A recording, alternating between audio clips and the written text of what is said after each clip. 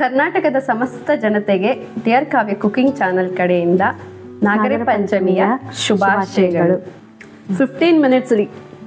15 to 20 minutes ಅಲ್ಲಿ ಈ ಉಂಡೆ ರೆಡಿ ಆಗಿದೆ. ಸೊ ಪಂಚಮಿಗೆ ನೀವೆಲ್ಲ ಟ್ರೈ ಮಾಡಿ ಹೇಗಿದೆ ಅಂತ ನನಗೆ ಹೇಳಿ. ಚೆನ್ನಾಗಿದೆ ಅಲ್ವಾ?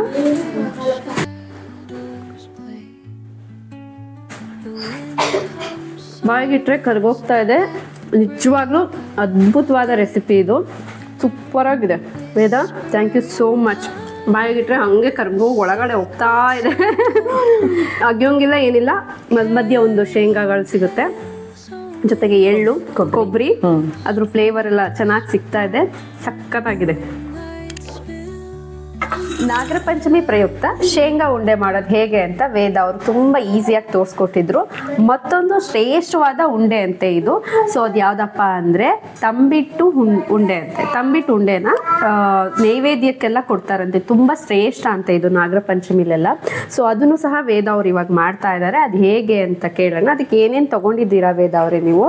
ನಾವು ತಂಬಿಟ್ಟು ಉಂಡೆ ಅಂತಂದ್ರೆ ಅದು ಮೇನ್ ಈ ನಾಗರ ಪಂಚಮಿಗೆ ನೈವೇದ್ಯಕ್ಕಂತ ಮಾಡೋದಿದು. ನೈವೇದ್ಯ ಮಾಡಿದ್ರೆ ತುಂಬಾ ಶ್ರೇಷ್ಠ ಅಂತಾರೆ ಇದನ್ನ. ಇದಕ್ ನಾವು ನಮ್ ಸೈಡ್ ಹೇಳೋದು ಪುಟಾಣಿ ಅಂತ. ಪುಟಾಣಿ ಹಿಟ್ಟು. ಇಲ್ಲಿ ನೀವು ಹುರಿಗಡ್ಲೆ ಹಿಟ್ಟು ಅಂತ ಹೇಳ್ತೀರಾ. ಫಸ್ಟ್ 2 ಕಪ್ ಹುರಿಗಡ್ಲೆ ಹಿಟ್ಟು ಅಂದ್ರೆ ಪುಟಾಣಿ ಹಿಟ್ಟನ್ನ ತಗೊಂಡಿದೀವಿ. 1 ಕಪ್ ಬೆಲ್ಲ, ಮತ್ತೆ 1 ಚಿಕ್ಕ ಕಪ್ ಅಲ್ಲಿ ಒಣ ಕೊಬ್ಬರಿ ತುರಿ, ಆಮೇಲೆ 1 ಚಿಕ್ಕ ಕಪ್ ಅಲ್ಲಿ ಅರ್ಧ ಶೇಂಗಾ ಬೀಜನ, ಸುಮ್ನೆ ಸ್ವಲ್ಪ ಶೇಂಗಾ, 1-2 ಸ್ಪೂನ್ ಅಷ್ಟು ಎಳ್ಳು, ಆಮೇಲೆ 1 ಕಪ್ ತುಪ್ಪ. ಓಕೆ. ಏಲಕ್ಕಿ ಪೌಡ್ರು. ಇದಿಷ್ಟು ಬಳಸ್ಕೊಂಡು ವೇದ ಅವ್ರೀಗ ಶುರು ಮಾಡ್ತಾರೆ. ಒಂದ್ ಬಾಣ್ಲಿಗೆ ಈ ಫುಲ್ ಬೆಲ್ಲನ ಹಾಕೊಂಡ್ಬಿಡೋಣ. 1 ಕಪ್ ಬೆಲ್ಲನ. 1 ಕಪ್ ಬೆಲ್ಲ ಹಾಕ್ತೀರಾ? ಓಕೆ. ಇದಕ್ಕೆ ಈ ಬೆಲ್ಲ ಕರ್ಗೋ ಅಷ್ಟು ತುಪ್ಪ ಹಾಕ್ಬೇಕು. ಓಕೆ. ಇಲ್ಲಿ ವೇದ ಅವರು ನೀರ್ ಹಾಕ್ತಾ ಇಲ್ಲ, ಅದ್ರ ಬದಲಿಗೆ 1 ಕಪ್ ಅಷ್ಟು ಈ ಫುಲ್ ಬೆಲ್ಲ ಕರಗಬೇಕು ಅಷ್ಟು ನಾವು ತುಪ್ಪನ ಹಾಕ್ಬೇಕು ಇದಕ್ಕೆ. ಓಕೆ. ನೋಡಿ, ಬೆಲ್ಲ ಕರ್ಗೋಷ್ಟು ತುಪ್ಪ ಹಾಕ್ತಾ ಇದ್ದಾರೆ, ನೀರ್ ಬಳಸ್ತಾ ಇಲ್ಲ ಇಲ್ಲಿ ವೇದ ಅವರು. ಸೊ ಇದು ಬರೀ ತುಪ್ಪ ಬೆಲ್ಲದಲ್ಲೇ ಮಾಡುವಂತಹ ಪುಟಾಣಿ ಹಿಟ್ಟಿನ ತಂಬಿಟ್ಟು ಹಿಟ್ಟು.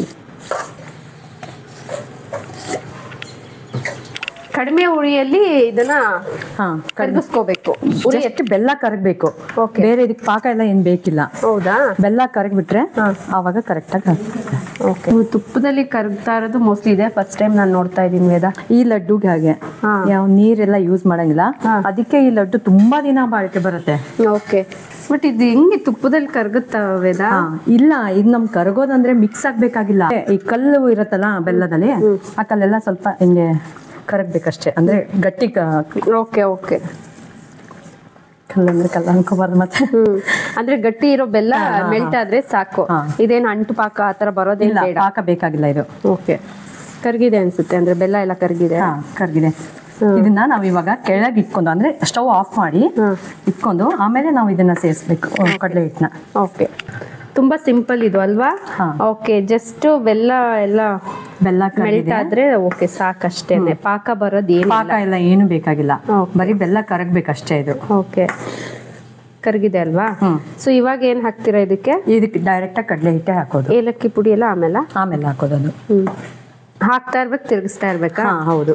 ಸೊ ಇದು ಒಟ್ಟಿಗೆ ಸುರಿಬೇಡಿ, ಸ್ವಲ್ಪ ಸ್ಲೋ ಆಗಿ ಹಾಕ್ತಾ ಇರಿ, ಇಲ್ಲ ಗಂಟು ಆಗ್ಬಿಡುತ್ತಲ್ವಾ?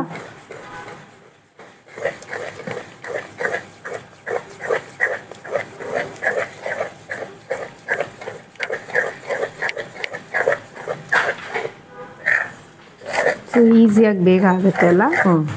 ಮೆಜರ್ಮೆಂಟು ನೋಡ್ಕೊಂಡು ಹಾಕ್ತಾ ಹೋಗ್ಬೇಕಲ್ವಾ? 1 ನಿಮಿಷ ಸ್ಲೋಲಿ ಹಾಕಿ.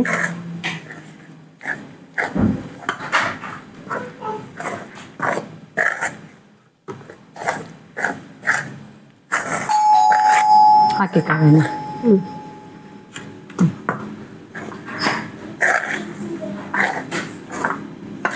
ಸಾಕನ್ಸುತ್ತಲ್ವಾ? ವೇಟ್ ಮಾಡಿ, ಅಂದ್ರೆ ಇದಕ್ಕೆ ಆನ ತಗೊಂಡಿರಲ್ವಲ್ಲ, ಬೆಲ್ಲದಾನ. ಸೊ ಇದು ಗಟ್ಟಿನೇ ಹಾಕೋಬೇಕು, ಹಿಟ್ಟು ಜಾಸ್ತಿನೇ ಹಾಕೋಬೇಕು. ಹೌದಾ? ಅಂದ್ರೆ ಗಟ್ಟಿ ಆಗಲ್ಲ.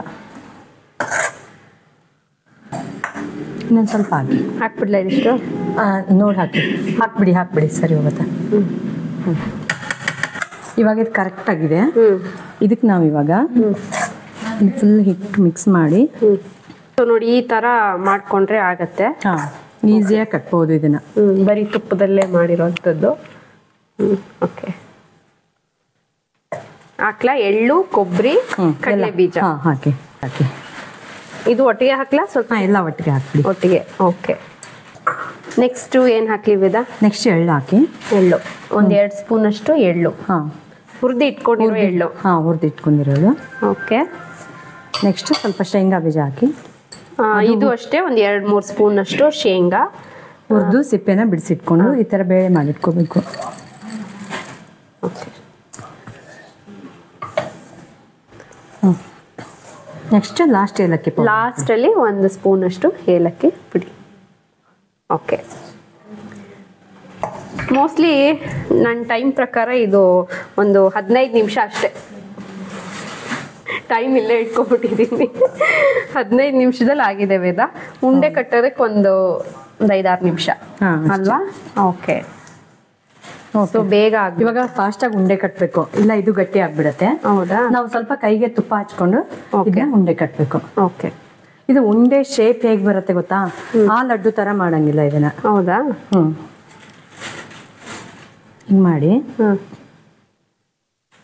ಫುಲ್ ರೌಂಡ್ ಆಗಿ ಮಾಡಿ ಪ್ರೆಸ್ ಮಾಡಬೇಕು. ಕಾವ್ಯ, ಇಲ್ಲಿ ನೋಡಿ, ಒಂದು ರೌಂಡ್ ಮಾಡಿ ಈ ತರ ಮಧ್ಯೆ ಸ್ವಲ್ಪ ಪ್ರೆಸ್ ಮಾಡಬೇಕು. ಇದು ತಂಬಿಟ್ಟು ಉಂಡಿ ಶೇಪು. ಇದಕ್ಕೆ ಮೇನ್ ತಂಬಿಟ್ಟು ಅಂದ್ರೆ ಇದೇ ಬರುತ್ತೆ. ಹೀಗೆ ಓಕೆ ಓಕೆ, ಈ ತರ ತುಪ್ಪ ಸವರ್ಕೋಬೇಕು. ಓಕೆ, ಆಮೇಲೆ ಗಟ್ಟಿಯಾಗಿ. ಓಕೆ ಮಾಡಿ ಮತ್ತೆ ಇದನ್ನ ಪ್ರೆಸ್ ಮಾಡಬೇಕು. Okay, okay. ನಮ್ಮಮ್ಮ ಎಲ್ಲ ತುಂಬಾ ಶೇಪ್ ಕರೆಕ್ಟ್ ಮಾಡ್ತಾರೆ, ನನ್ಗಷ್ಟು ಬರಲ್ಲ. ಓಕೆ, ಈ ತರ ಶೇಪಲ್ಲಿ ಬರಬೇಕಿದು.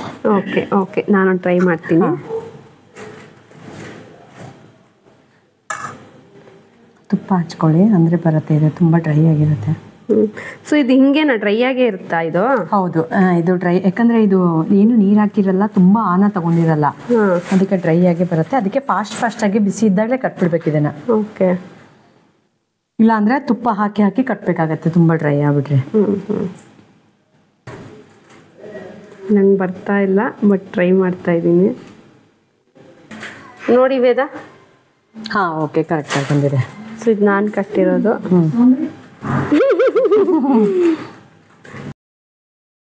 ಕಾವ್ಯ, ತಂಬಿಟ್ಟು ಉಂಡೆ ರೆಡಿ ಇದೆ. ಟೇಸ್ಟ್ ಮಾಡಿ ಹೇಗಿದೆ ಅಂತ ಹೇಳಿ. ಥ್ಯಾಂಕ್ ಯು ಸೋ ಮಚ್ ವೇದ. ಇದು ಕಡಲೆ ಹಿಟ್ಟಲ್ಲಿ, ಪುಟಾಣಿ ಹಿಟ್ಟಲ್ಲಿ ಮಾಡಿರೋ ತಂಬಿಟ್ಟಿನ ಉಂಡೆ, ಪಂಚಮಿ ಸ್ಪೆಷಲ್ಲು, ಶ್ರೇಷ್ಠವಾದ ನೈವೇದ್ಯ. ಸೊ ಇವಾಗ ಟೇಸ್ಟ್ ನೋಡ್ತಾ ಇದ್ದೀನಿ.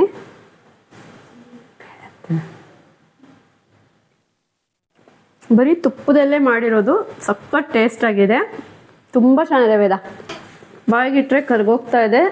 ನಿಜವಾಗ್ಲೂ ಅದ್ಭುತವಾದ ರೆಸಿಪಿ ಇದು, ಸೂಪರಾಗಿದೆ Veda. Thank you so much. ಬಾಯಿಗಿಟ್ರೆ ಹಾಗೆ ಕರ್ಗೋಗಿ ಒಳಗಡೆ ಹೋಗ್ತಾ ಇದೆ. ಅಗಿಯೋಂಗಿಲ್ಲ, ಏನಿಲ್ಲ.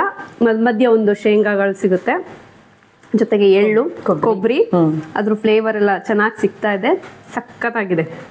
ಅದೊಂಥರ ಸೂಪರ್ ಟೇಸ್ಟು. ಇದು ಅದಕ್ಕಿಂತ ಸೂಪರ್ ಆಗಿದೆ. ತುಪ್ಪದಲ್ಲೇ ಮಾಡಿರೋದ್ರಿಂದ ಸಖತ್ತಾಗಿದೆ, ಒಳ್ಳೆ ಟೇಸ್ಟ್ ಕೊಡ್ತಾ ಇದೆ. ಶೇಂಗಾ ಉಂಡಿ ಜೊತೆಗೆ ತಂಬಿಟ್ಟು ಉಂಡಿ. ಸೊ ನಾಗರ ಪಂಚಮಿ ವಿಶೇಷವಾಗಿ 2 ಉಂಡಿಗಳನ್ನ ವೇದ ಅವರು ಇವತ್ತು ತೋರಿಸ್ಕೊಟ್ಟಿದ್ದಾರೆ. Thank you Veda. ಸೊ ನೀವು ಎಲ್ಲ ಟ್ರೈ ಮಾಡಿ. ಹಾರ್ಡ್ಲಿ 15-30 ಮಿನಿಟ್ಸ್ ಒಳಗಡೆ ಇವೆರಡೂ ಕ್ವಿಕ್ಕಾಗಿ ಆಗುವಂಥ recipe. Thank you so much. ಕರ್ನಾಟಕದ ಸಮಸ್ತ ಜನತೆಗೆ ಡಿಯರ್ ಕಾವ್ಯ ಕುಕಿಂಗ್ ಚಾನಲ್ ಕಡೆಯಿಂದ ನಾಗರ ಪಂಚಮಿಯ ಶುಭಾಶಯಗಳು.